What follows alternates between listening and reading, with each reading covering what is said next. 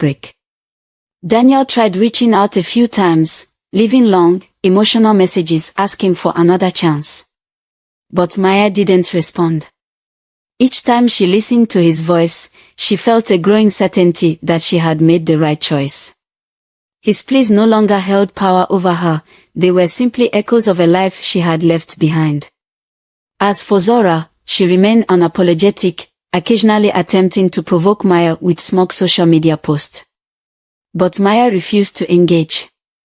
She realized that Zora's bitterness was her burden to carry, not Maya's. Instead of dwelling on Zora's betrayal, Maya focused on building a life that was no longer defined by those who had hurt her. With time, Maya's efforts began to bear fruit.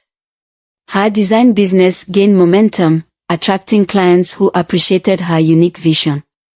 She made new friends, surrounded herself with people who uplifted and supported her. She even started traveling, something she had always dreamed of but had put off during her marriage. Each trip felt like a step toward reclaiming her independence. Through it all, Maya learned that healing wasn't linear. It was messy, with setbacks and breakthroughs in equal measure. But every day, she grew a little stronger, a little braver, and a little more confident in her ability to create a fulfilling life on her own terms. Maya's journey wasn't just about moving on from betrayal, it was about rediscovering herself. And in doing so, she found a strength she never knew she had, a strength that would carry her forward into a future filled with possibility.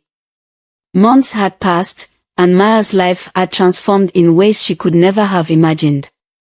The pain of betrayal still lingered, but it no longer defined her. Instead, it served as a reminder of her resilience and the strength she had found within herself.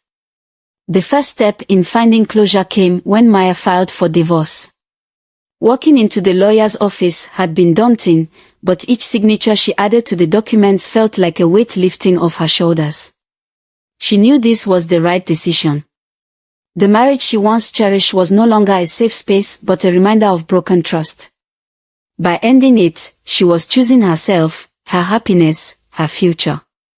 When the divorce was finalized, Daniel requested one last meeting. Maya agreed, not out of hope but because she knew she needed to close this chapter on her terms. They met in a quiet cafe, a neutral ground. Daniel's face carried regret, his once confident demeanor replaced by nervousness. Maya, he began, his voice trembling, I don't know how to express how sorry I am. I made a terrible mistake, and I know I hurt you in ways I can never undo. I regret it for the rest of my life. Maya listened quietly, her heart steady. She looked at him, not with anger, but with a calm acceptance. Daniel, she replied, her tone firm but gentle, I don't hate you. But forgiveness doesn't mean forgetting, and it doesn't mean going back. What you did broke something in me, in us, that can't be repaired. I've moved on, and I hope you find a way to do the same. He nodded, tears glistening in his eyes. I'll always love you, he said softly. Maya smiled faintly, a mix of sadness and finality in her expression. I loved you too, but love isn't always enough. Goodbye, Daniel. That conversation was the closure Maya needed. Walking out of the cafe, she felt a sense of peace.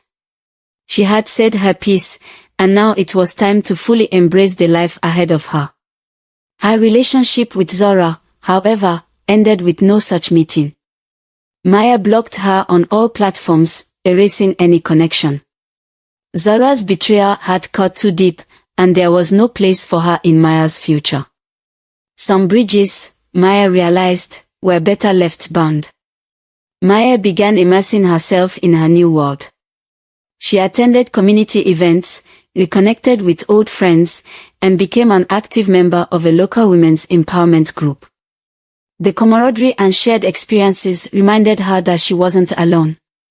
Each new connection became a brick in the foundation of her new life. One evening, as the sun set over the city, Maya stood on the balcony of her apartment, overlooking the horizon. She held a glass of wine, reflecting on the past and the journey that had brought her here. For the first time in years, she felt a profound sense of contentment. The story ended not with a grand romance or a dramatic twist, but with Maya finding strength in herself. Her life wasn't perfect, but it was hers, filled with self-love, hope, and the promise of new beginnings. Thank you for watching. If you enjoyed, please subscribe our African Folktales channel.